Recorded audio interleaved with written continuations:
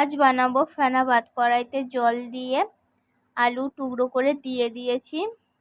আতপ চাল 4 ভাগের 1 ভাগ মুগ ডাল ভালোভাবে ধুয়ে নিয়েছি।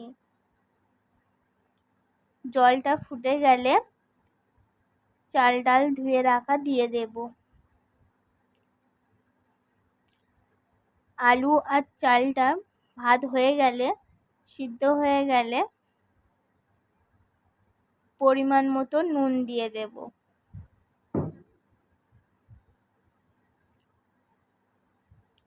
কাঁচা লঙ্কা দিয়ে দেব। একটু ভালোভাবে নুনটা মিশিয়ে দেব।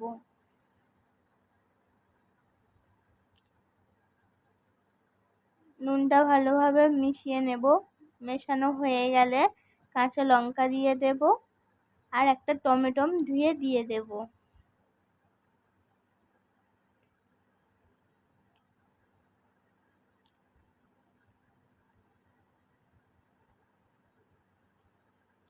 একটু ফুটিয়ে অফ করে দেব। গরমে টমেটো আর কাঁচা লঙ্কা সিদ্ধ হয়ে যাবে। আলু মেখে নেব টমেটো, কাঁচা লঙ্কা, লবণ দিয়ে আর ঘি দিয়ে।